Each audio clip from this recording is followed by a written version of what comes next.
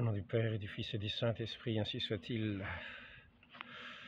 Nous avons foi que la divine présence est partout et que le Seigneur observe en tout lieu les bons et les méchants.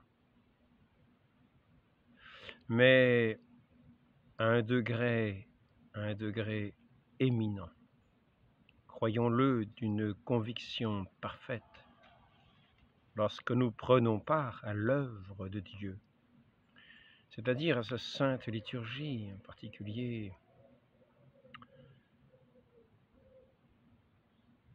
dans tous ces offices qui sont, selon la règle de saint Benoît, l'œuvre de Dieu, le chant des psaumes. Dans cette liturgie des heures, où la voix unie au cœur chante une louange véritable à son Seigneur qui monte jusqu'aux cieux. Ainsi, tout l'être prend part comme dans un tourbillon de feu, jusqu'à ce cœur de Dieu qui est ce feu lui-même, cet esprit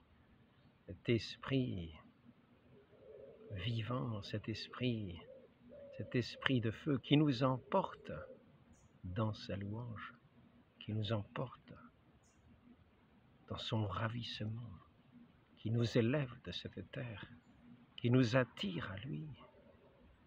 Pour autant que lorsque nous disons cette louange des heures, nous sachions unir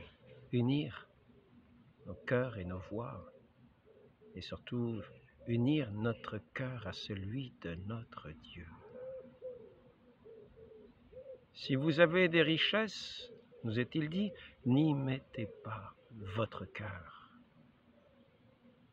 Notre cœur doit être là où est notre vraie richesse, notre perle précieuse, éternelle, inestimable, car elle ne peut être comparée à rien de ce monde. Devant lui, tout ce monde n'est qu'un pur néant. Elle est inestimable. Ainsi, ce marchand dont parle notre Seigneur n'a pas de peine à vendre tous ses biens pour acheter ce champ et trouver ce trésor dans ce champ, cette perle précieuse. Et ainsi, c'est en particulier dans ces temps de louange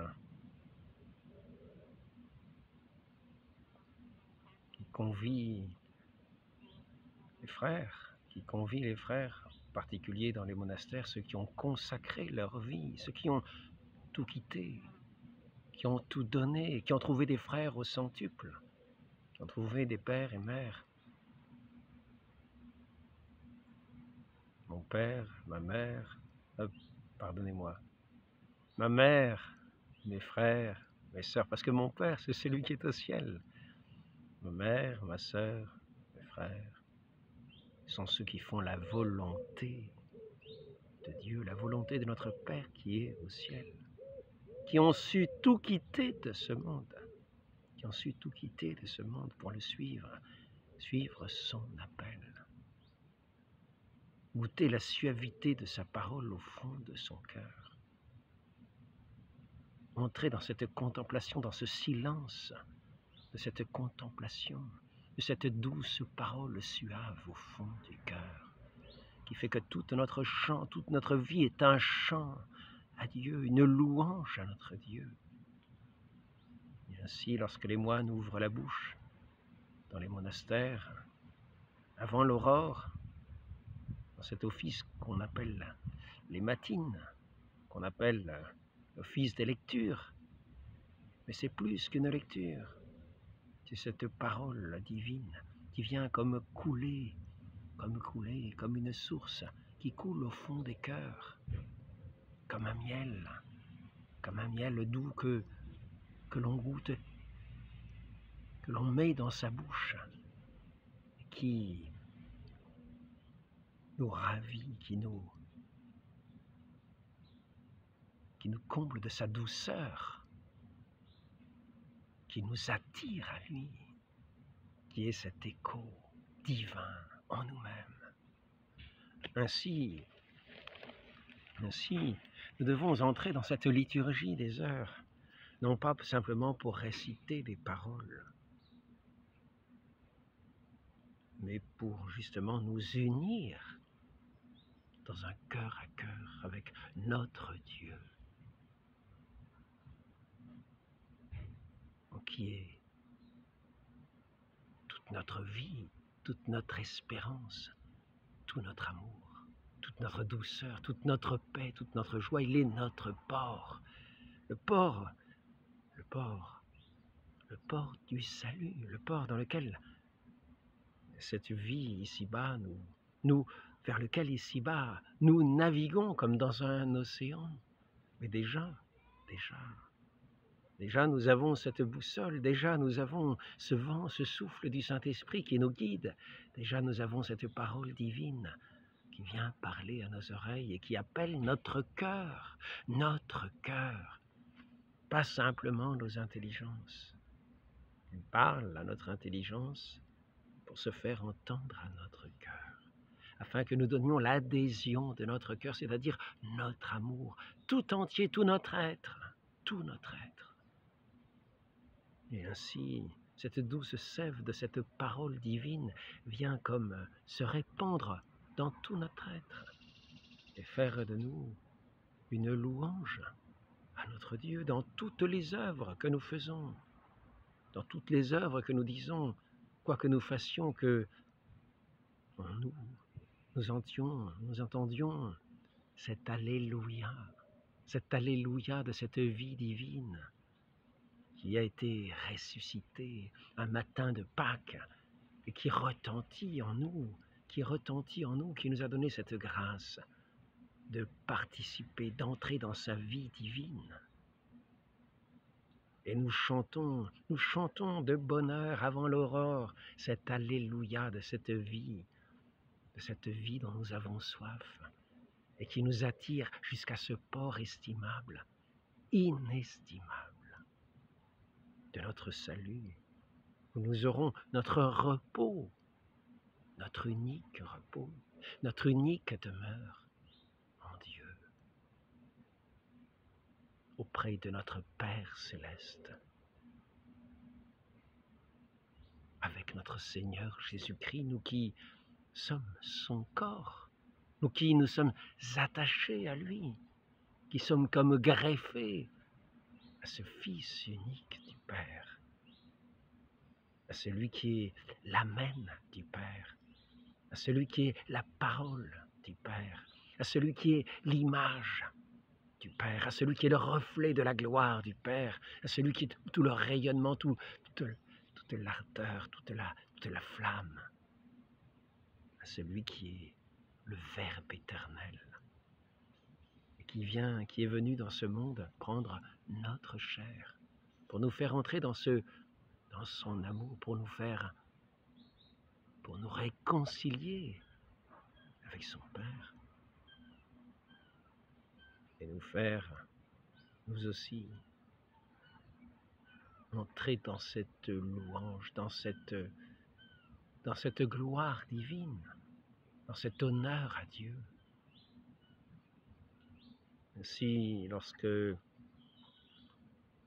sommes reposés en notre Dieu, lorsque notre trésor véritable, celui que nous recevons sur la Sainte Hostie, celui qui se donne vrai pain vivant descendu du ciel et que nous recevons de fond de notre cœur, qui s'est donné à nous, qui est venu donner sa vie pour vivifier nos âmes, pour être notre pain vivant. pour être notre vie, notre tout.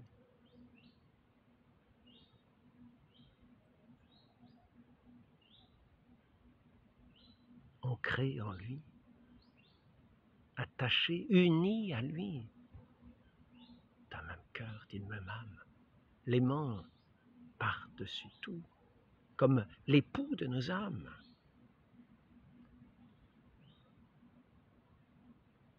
Lui qui s'est uni à son Église, c'est-à-dire à tous ceux qui étaient dispersés dans le monde et qui ont entendu sa voix, sa douce voix, ce chant céleste descendu du ciel, qui est venu ravir nos âmes, qui est venu ouvrir nos oreilles, qui est venu faire chanter nos lèvres, nos langues, nos cœurs, tout notre être, en ce qui est venu ouvrir nos yeux à cette beauté, à ce ravissement céleste qui rejaillit dans toute cette création, qui donne une image de cette beauté de Dieu, une image blessée de par le péché originel, mais qui nous permet d'ouvrir les yeux à cette beauté de la grâce, à estimer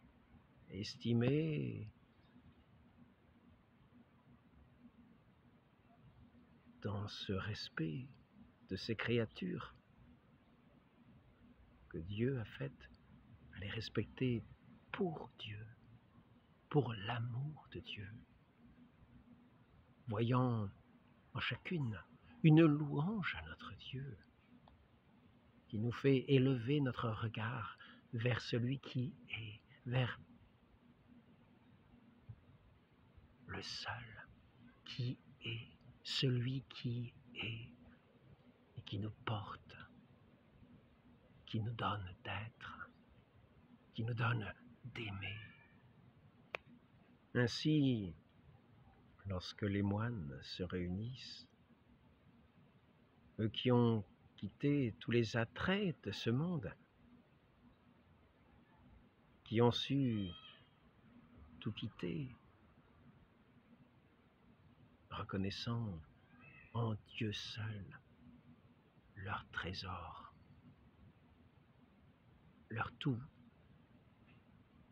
leur paix véritable, ce port vers lequel ils naviguent pour leur destination éternelle, leur repos éternel, ce grand jour qui n'aura pas de nuit, qui sera le ravissement, ce chant de louange, ce chant d'amour, cet échange de ces âmes qui, comme errantes, auront entendu la voix du Maître, lui auront répondu, non pas seulement de bouche, non pas seulement en faisant des gestes et des sourires, mais de tout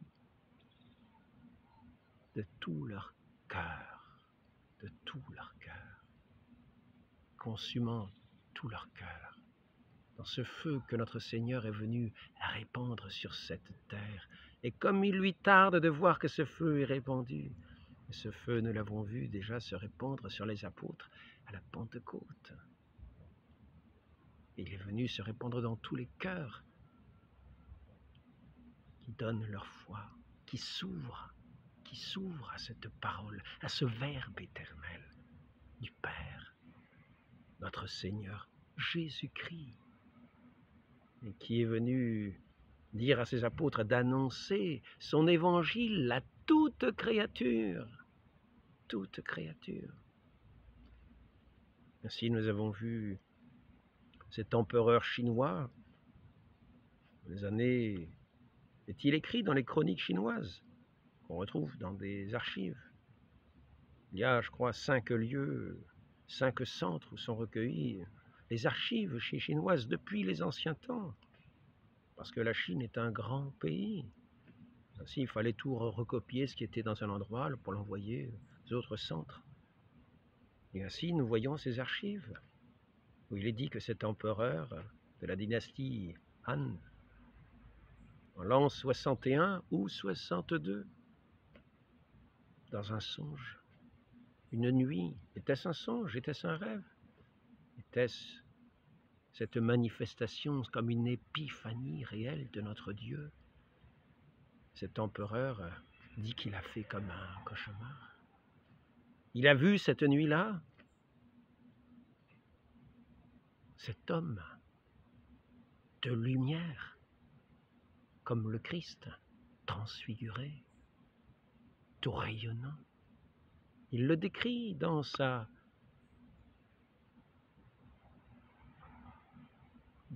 vision. Et il dit que il vient amener une nouvelle religion et qu'il y aura 2 messagers qui viendront en son nom. Ainsi, nous voyons le Christ agissant devant les apôtres jusqu'au bout du monde, jusqu'en Chine, afin que ce chant, que ce feu que notre Seigneur est venu répandre, puisse être entendu jusqu'au bout de la terre, d'un bout du ciel à l'autre, à tous les horizons, de tous ces horizons pour toutes les créatures. Et ainsi saint Thomas s'est trouvé 2 ans plus tard devant l'empereur de Chine,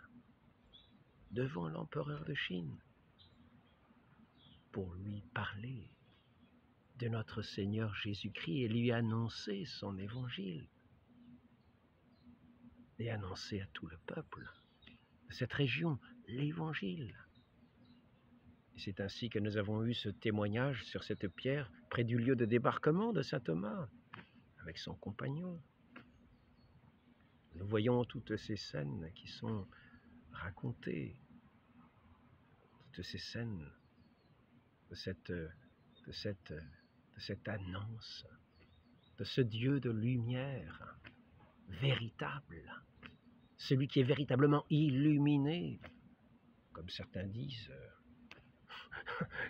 pratiquement presque, pourrait-on dire, le Bouddha qui est celui qui est l'illuminé. Peut-être était-ce ainsi qu'on appelle notre Seigneur Jésus-Christ en Extrême-Orient.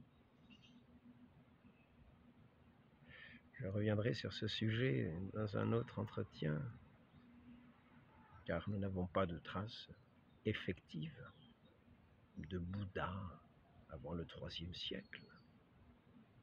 Par contre, nous avons ce monument qui a été édifié à peu près dans les années 67, 68, jusqu'avant 70, de cette venue de cet apôtre saint Thomas qui est venu annoncer, qui est venu pour que se répande ce feu de notre Seigneur, cette onction de notre Seigneur dans tous les cœurs, afin que ce chant, cette louange de notre Dieu ne retentisse pas seulement dans des monastères en Occident ou sur la terre sainte, mais sur toute la terre, dans la catholicité de cette nouvelle, dans l'universalité de notre Dieu, de ce Dieu unique qui donne à chacun de parler dans sa propre langue,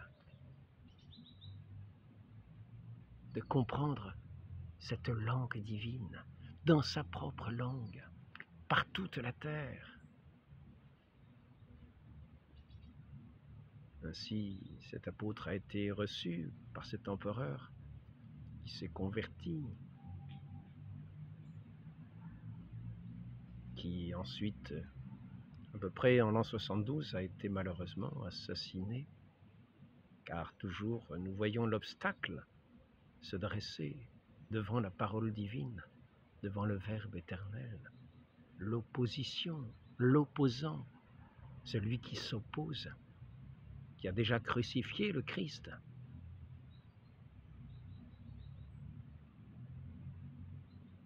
Le témoin du Père.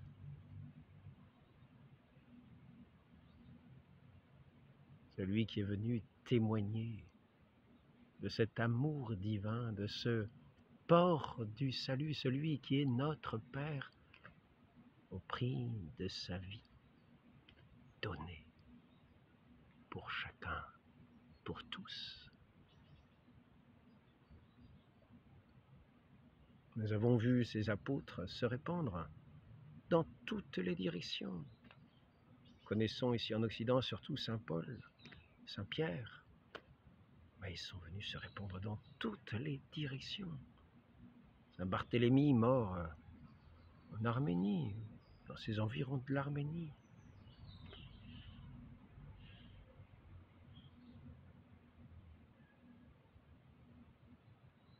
Cet évangile de notre Dieu qui précédait ces apôtres, qui agissait dans leurs œuvres, dans les œuvres qu'ils faisaient, pour faire des œuvres merveilleuses, afin que cette parole soit reçue par les cœurs qui étaient disposés comme une bonne terre à recevoir cette onction céleste qui ferait germer cette vie éternelle dans le cœur de ceux qui la recevraient comme le germe de vie, qui croient.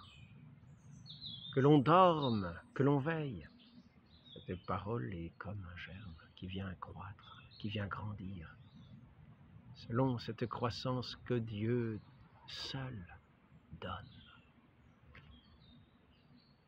Aux âmes pures, qui sont purifiées par cette parole, qui ont reçu ce bain de ce baptême, de cette eau sainte, qui est venue comme les recouvrir.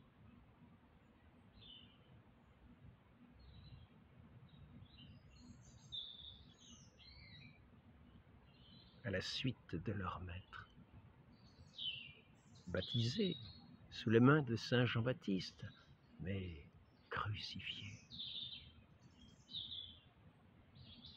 mort, mis au tombeau et ressuscité. Et nous-mêmes, nous le suivons dans cette mort et cette résurrection, dans ce baptême, où nous mourrons au vieil Adam pour être régénérés à cette parole du Christ, dans cet Esprit Saint de Dieu, cette onction céleste qui vient sourdre nos cœurs et qui vient chanter dans nos âmes. Nous qui, lorsque nous disons ces saints offices de ces paroles divines, y joignons le cœur aux lèvres, afin de chanter véritablement cette louange à Dieu.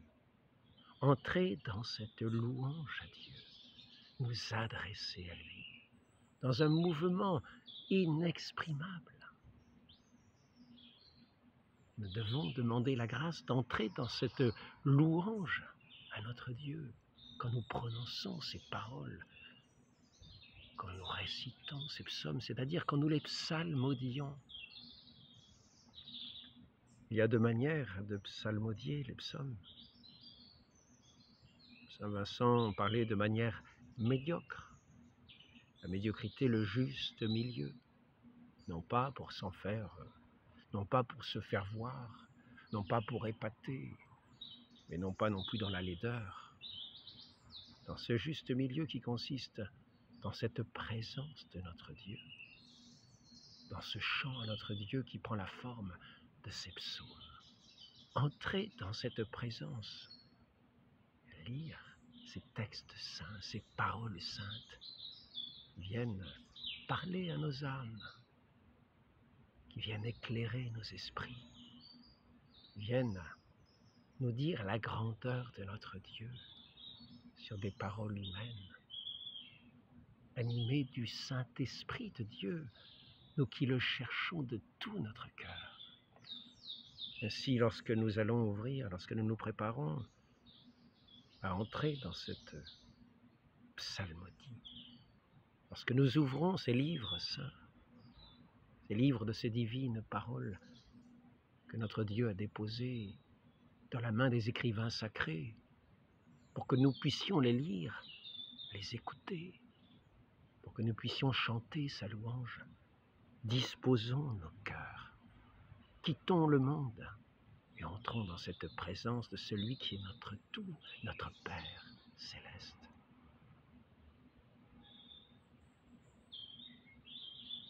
cette parole que le Christ avait lui-même sur sa bouche, qu'il récitait à son Père et à sa suite, unis à lui, dans ce même cœur, dans cette unanimité des cœurs, par cet Esprit divin qui nous fait un. Nous chantons d'un même cœur, de ce même esprit divin, de ce même cœur, et nous élevons nos voix vers notre Dieu. Entrons dans cette présence. Quittons toutes, ou portons toute préoccupation et amenons-les devant notre Dieu comme une supplication. Sinon, rendons grâce, magnifions dans des voix qui s'élèvent, dans des lentes élévations, ou bien alors dans des paroles directes qui touchent directement le cœur de notre Dieu, parce que lui-même les met sur notre bouche, mais cet élan sur notre bouche.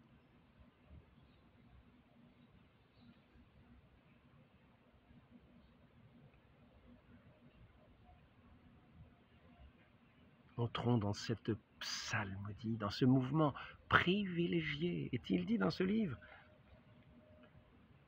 Nous avons foi que la divine présence est partout et que le Seigneur observe en tout lieu les bons et les méchants. Mais à un degré éminent, croyons-le d'une conviction parfaite, lorsque nous prenons part à l'œuvre de Dieu. Règle de Saint Benoît, numéro 19. C'est pourquoi il faut nous répéter sans cesse les paroles du prophète.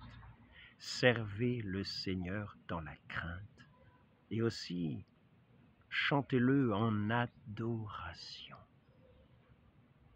Non pas dans un mécanisme, dans un office mécanique. Bien sûr, quelquefois,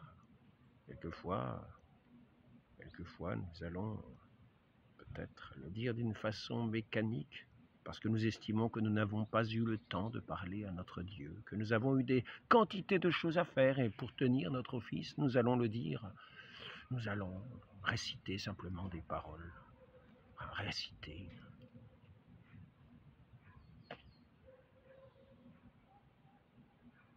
Par une sorte de fidélité, par une sorte de rendez-vous que nous aurons donné. Mais prenons cette louange de notre Dieu au sérieux. Sachons prendre ce temps pour celui qui est notre tout, qui est notre bien véritable, notre nourriture véritable, notre paix véritable, notre vie, notre Dieu. Ne lui donnons pas un reste de temps récitant mécaniquement ce que nous aurions décidé de lui consacrer, non. Commençons par entrer dans cette présence, par élever vers lui nos cœurs dans ses chants, que ses paroles mettent sur nos lèvres.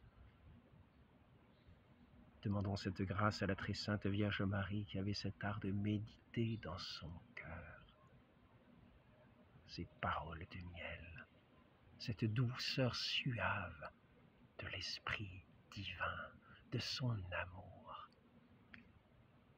Ô Marie conçue sans péché, obtenez-nous d'élever nos paroles jusqu'à notre Père céleste dans cet esprit de vérité et d'amour filial. Nous qui sommes consacrés à votre Fils, et sommes unis à lui, à la louange et à la gloire du Père, dans la communion du Saint-Esprit. Ainsi soit-il, au nom du Père et du Fils et du Saint-Esprit, ainsi soit-il.